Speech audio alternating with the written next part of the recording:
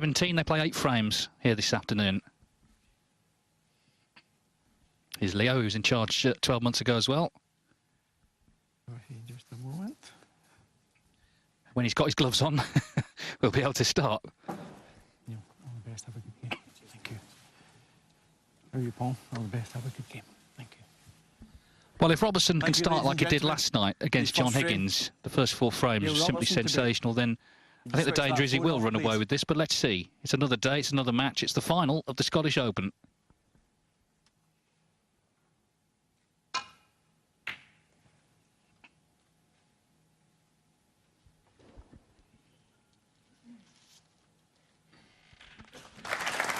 Yes, and it's hard to argue, isn't it, that these two players don't deserve to be here. A lot of people might have thought Higgins trump after the quarterfinals and before yesterday started, but they're on merit. Cao Yupeng certainly got the better of Judd in many ways, not on the table only, but I think in the head as well, and was a deserved winner. He's had a great week with his 147, worth £20,000 in a much earlier round on an outside table. That's given him a boost. And he comprehensively hit the black furs there. Nowhere near the reds. Yeah, there's bound to be a few early nerves, but that applies to both players. Robertson back in a big final again, after, for him, a little slump in form.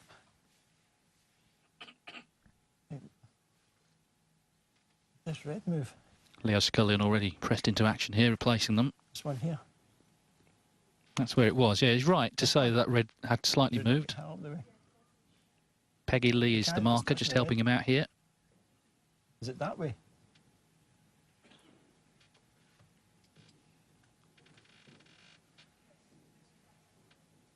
There's Peggy.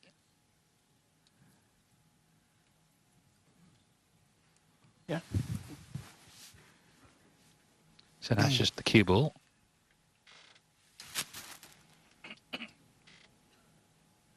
Cao, the 5th Chinese player to reach a ranking final after Ding Junhui, Liang Wenbo, Zhao Guidong, and of course Yan Bingtao, who was in the Northern Ireland Open final just recently. Comes off the back of him reaching his first semi-final at the European Masters in Belgium a couple of months back.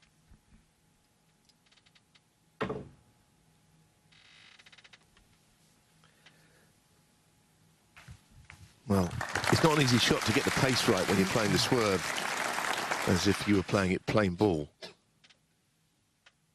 But it doesn't look as if he stuck anything there. It's Neil Robertson's 20th appearance in a ranking event final. He's already up to 16th in the world rankings with the 30,000 guaranteed. If he wins, he'll go up another place. But of course, as we know, it doesn't help him in terms of the Masters. The cut-off came last week after the UK Championship.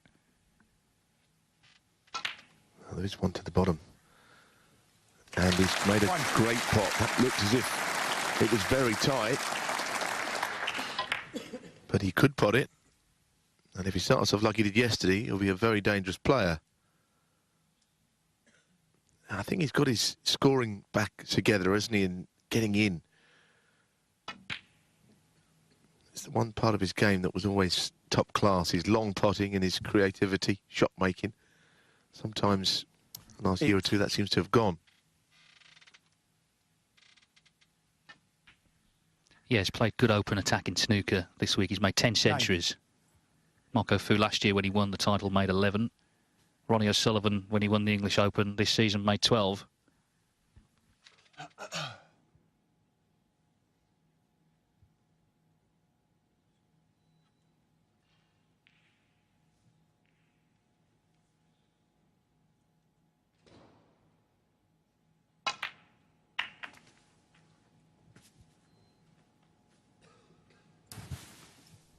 Didn't go into them all that firmly. 14. But I suppose he was worried about maybe losing the cue ball if he didn't hit them flush, but he has got a red on here.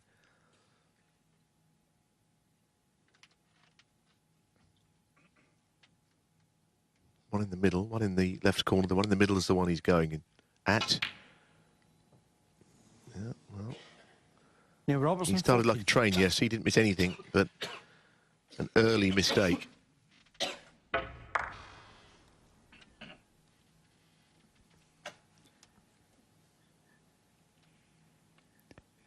Well, Robertson's had 10 centuries. Cao Yupeng has had 1 in the tournament, but it was the maximum on the second morning, the 147.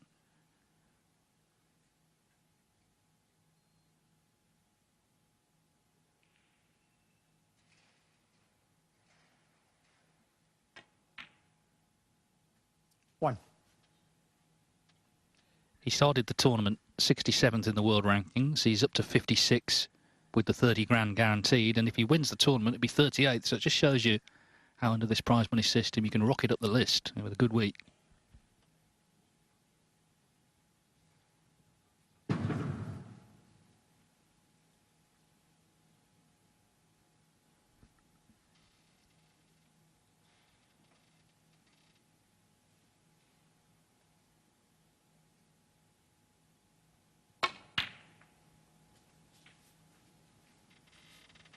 Hit that nicely. He certainly has become very compact in his cue action. I noticed it. Had a little look through please. The 147, which was streamed, and just there was something about his cue action that he shortened everything up, which means he's accelerating through the ball. He has always been a technical player. I know that early in his career, Terry Griffiths was helping him with his game. I'm not sure that's still the case, but you know, he's not naturally as gifted as some of the other Chinese players coming through. But this week, the mechanics of his cue action are all working out. Thank you.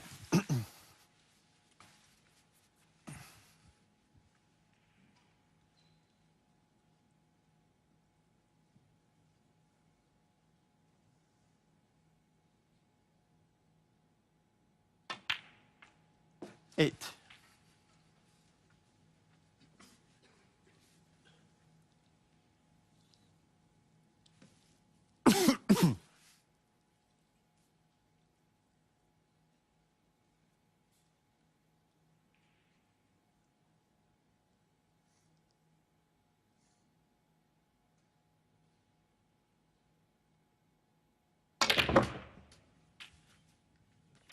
It was a good camera angle, wasn't it? Because you saw that he played it with a touch of right-hand side and stun. 15. And that has worked out well because the Reds were not guaranteed to split from where they were. He doesn't want that one back. 16. I wonder how he's feeling. We'll soon find out how it's affecting his game. It's the biggest match of his snookering career.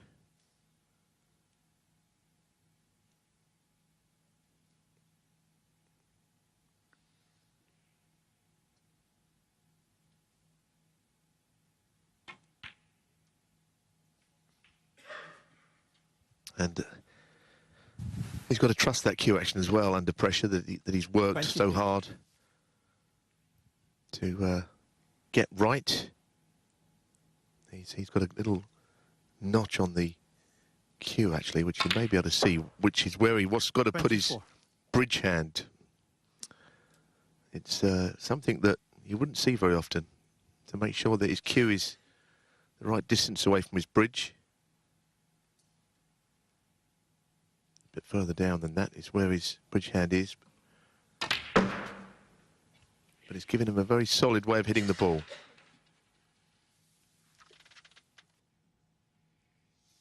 $29. Well,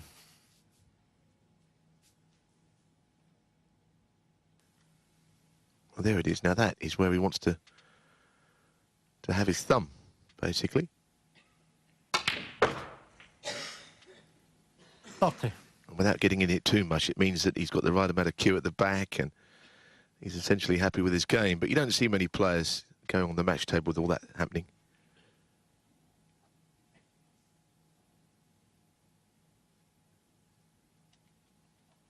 It's a little stun through onto the red in bulk. And again, well played. It's worth reminding everybody, he dropped off the tour last year, Cao Yupeng. Had to enter Q school to get back on, and he came through 5 rounds and didn't have a good season last year at all. But this season, something has clicked. 36. Well, obviously, he was looking to avoid the green.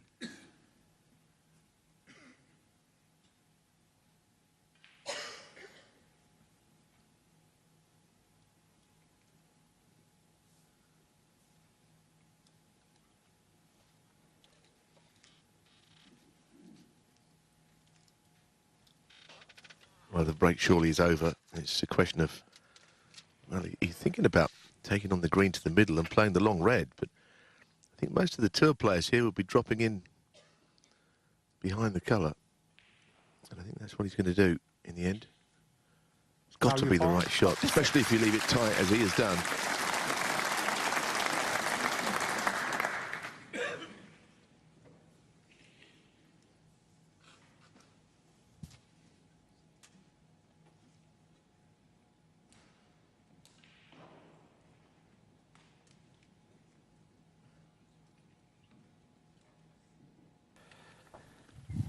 Well, that's Neil Robertson's partner, Miller, and their little lad, Alexander. At the moment, seems a little more intrigued with his lollipop.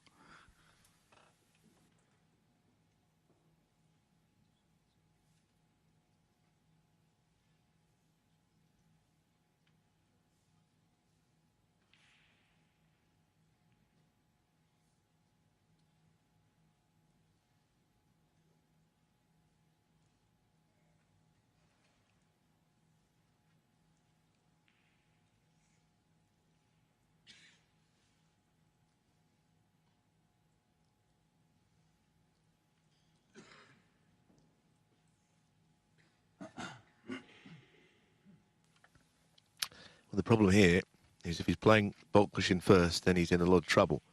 He'd like to lay on either the red on the right of the table or the one right down.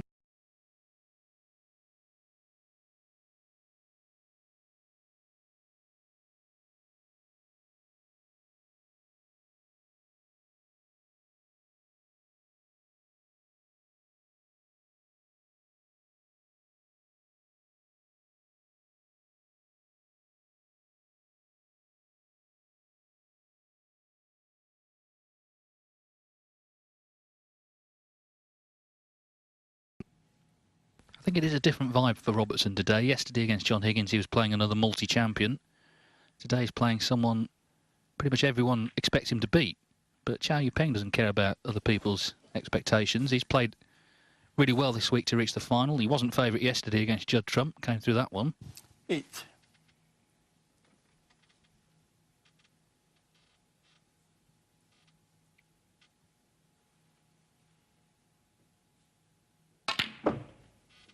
Nine. I think that's the point, Dave, isn't it? In that if he was a little bit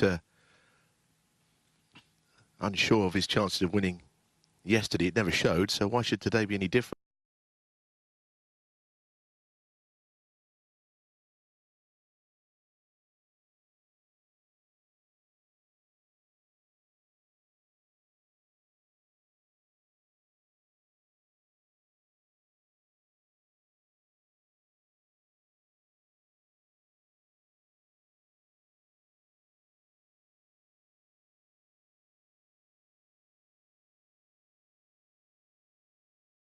But he once beat Mark Allen at the Crucible. 2012, first round. Obviously that was a two-session match.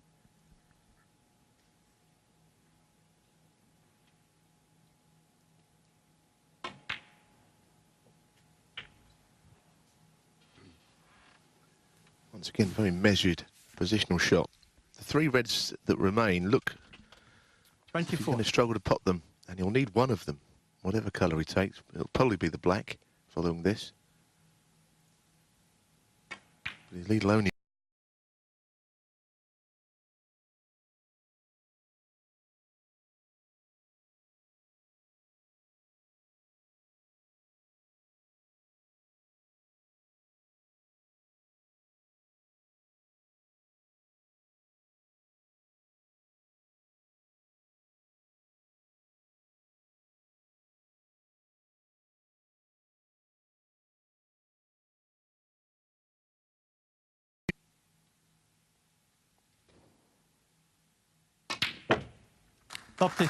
He wasn't doing early yesterday. He didn't miss anything really against Higgins early on of any significance to lead 4-0.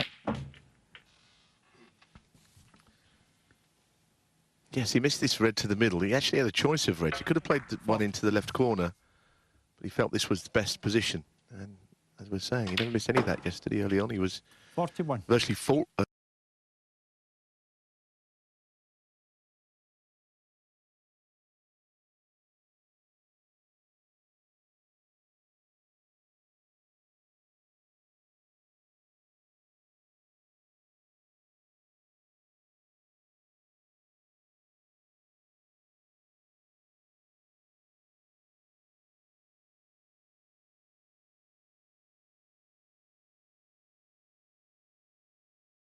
frame.